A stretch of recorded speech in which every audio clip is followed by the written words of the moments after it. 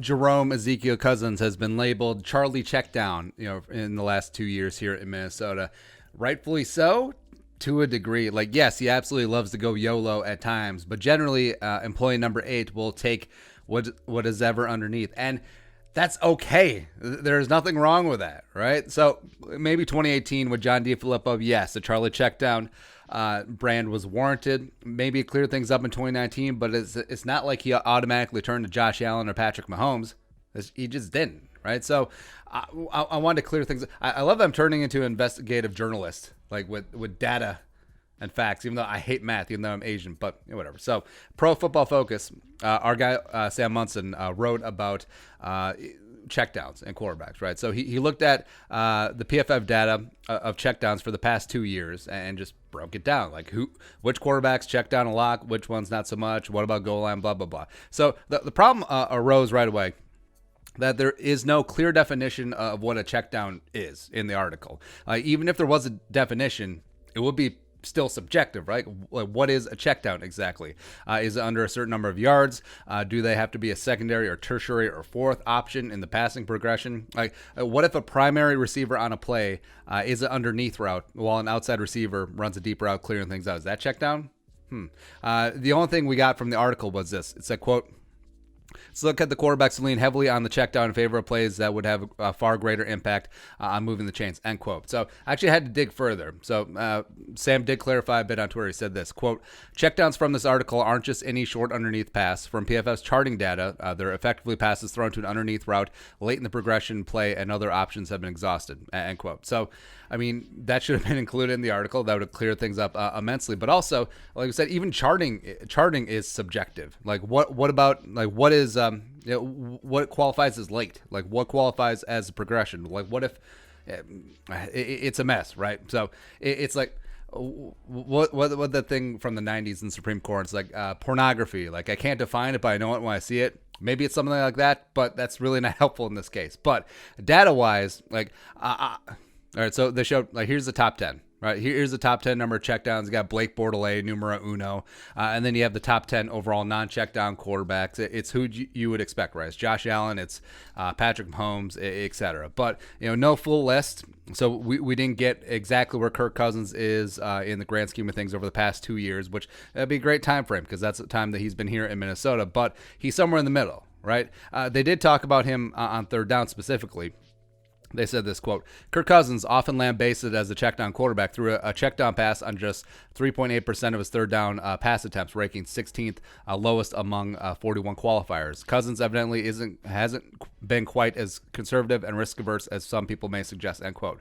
And the people see this and they see it as the holy grail. See, Kirk Cousins is not Charlie Checkdown because he is not in the top 10 of quarterbacks who check it down. And also, see, he's 16th in terms of goal line out of 41. But also, 16 is still average. Like, if you lop off 41, go to 32, all 32 teams starting quarterbacks, he's in the middle. He's right in the middle. And also, it doesn't mean that he's going YOLO downfield and is just slinging down third down either. Also, think about third down checkdowns. You can go down a complete rabbit hole, right? So it can be misleading because where do defenses congregate on third down? At the sticks. So if you have 3rd and 7, where are they going to be? Right at the sticks. But, let's just throw in double, triple, quadruple coverage. Like, Kirk Cousins sort of gotten away from that. But what is open? What will the defense give you as they're sitting back in zone right at the sticks? They'll give you underneath, right? Now, does that count as a check down, right? Dumping it off and hoping your dude can make a play. It's actually pretty common, right? So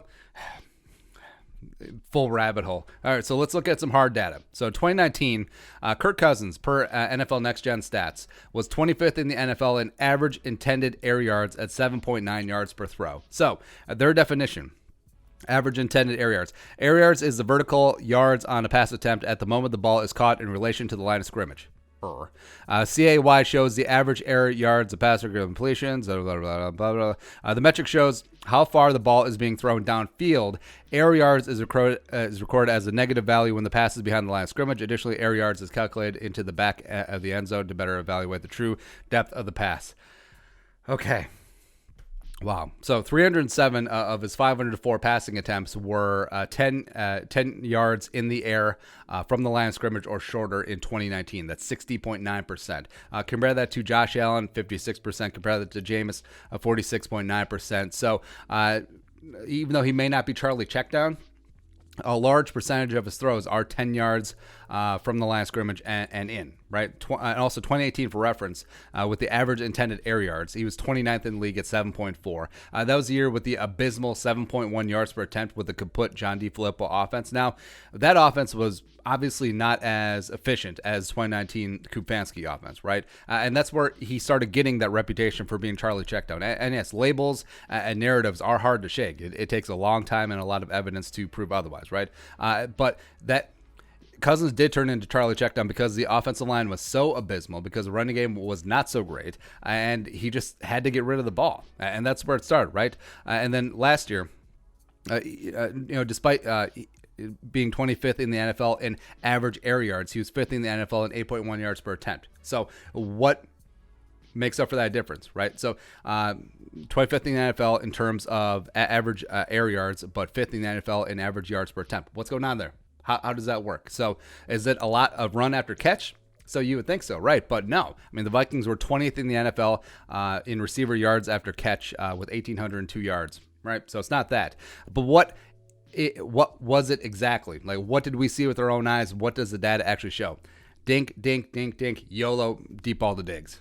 Dink, dink, dink, dink, YOLO, deep ball to Diggs. Like that would explain the difference in terms of air yards versus average yards per attempt. And also, I'm not sure if screen passes count as checkdowns, because that would be the primary receiver, right? But the Vikings were one of the heaviest screen teams in 2019, so that would also count into the average air yards versus the average yards per attempt, which just, once you start, you can't stop. Yeah, so all the factors, all of those factor into the low number of checkdowns, but also low average intended air yard numbers. So does any of this matter?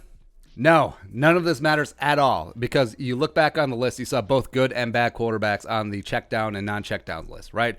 But is Kirk Cousins Darryl LaMonica, the Mad Bomber? No. Is he 98 Randall Cunningham? No. Is he Charlie Checkdown? No, kinda. But what it is that Kirk Cousins currently is in an offense that greatly benefits him from taking a profit. Never go broke taking a profit. Hitting underneath routes that are open with the occasional brilliant deep shots. And yes, a lot of screen passes. And also, personnel-wise, Stephon Diggs, that mercurial deep threat, he's gone. But then you add in Adam Jerome Thielen, who's great underneath. Olabisi Johnson, great underneath. Irv Smith, great underneath. Justin Jefferson, who's great underneath. Is that going to change? Is that going to change much? But that's okay. You can win with this offense. You can win with Kirk Cousins. I don't know what we accomplished, but it was fun. Anyways, your thoughts. Cousins, Charlie Checkdown. Let us know in the comment section below. Subscribe for daily Vikings takes. If you want to support the work, post some in the Venmo. Please give us a follow on social media as well. But until next time, Skull, production value.